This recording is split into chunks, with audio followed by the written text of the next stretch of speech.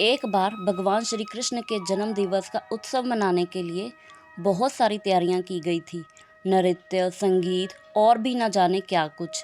बड़ी तादाद में लोग उनका जन्म दिवस मनाने के लिए इकट्ठा हुए थे, परंतु भगवान कृष्ण उस दिन घर पर ही बैठे रहे। वह शायद उस उत्सव में भाग नहीं लेना चाहते थे। वैसे तो भगवान कृष्ण प्रत्येक उत्सव में भाग लेने के लिए तत्पर रहते थे, परंतु उस दिन उनकी इच्छा न जाने क्यों नहीं थी। भगवान श्री कृष्ण की पत्नी रुक्मिणी उनके पास आई और उनसे पूछने लगी, नाथ, आपको क्या हो गया है? आप इस उत्सव में भाग क्यों नहीं ले रहे हैं? भगवान श्री कृष्ण बोले कि मुझे सिर दर्द है। यह सुनकर रुक्मिणी थोड़ा परेशान हो गई और बोली कि ठीक है, मैं वैद्य को बुलाती हूँ, वह अवश्य ही आपका सिर दर्द ठीक कर देंगे। वैद्य श्री कृष्ण के पास आए और उनको कई तरह की दवाइयाँ दी। भगवान श्री कृष्ण ने कहा कि यह सब चीज़ें मुझ पर असर नहीं करेंगी। तब तक सत्यभामा, नारद मुनि और बहुत सारे लोग भी उनके पास इकट्ठा हो चुके थे। सभी ने पूछा कि फिर हमें क्या करना चाहिए।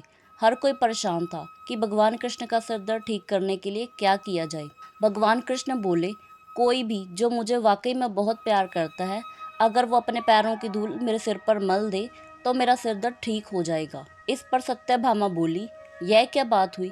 मैं तो आपसे बहुत प्यार करती हूँ, परंतु मैं अपने पैरों की धूल आपके सिर पर लगाकर पाप की भागीदार नहीं बन सकती। आप तो स्वयं भगवान हैं और कोई अपने पैरों की धूल भगवान के सिर पर कैसे लगा सकता है? उनकी दूसरी पत्नी रुक्मिणी, नारद मुनि और बाकी सब भी यही सोचकर पीछे हट गए। उन्होंने भगवान कृष्ण से कहा कि इससे तो आपका अनादर होगा, हम भी यह नहीं कर सकते। कोई भी उनका अनादर करके नरक की आग में जलने को तैयार नहीं था। चारों ओर यह बात फैल गई।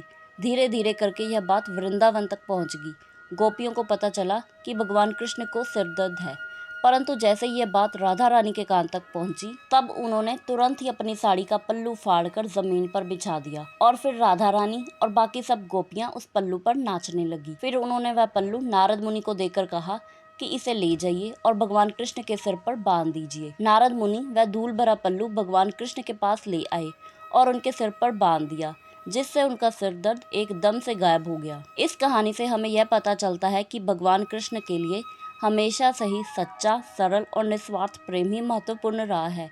वह उस दिन अपने जन्म दिवस के उत्सव पर अपनी राधिका को बहुत याद कर रहे थे। ऐसी और मज़ेदार वीडियोस के लिए वीडियो को लाइक और चैनल को सब्सक्राइब करना बिल्कुल ना भूलें।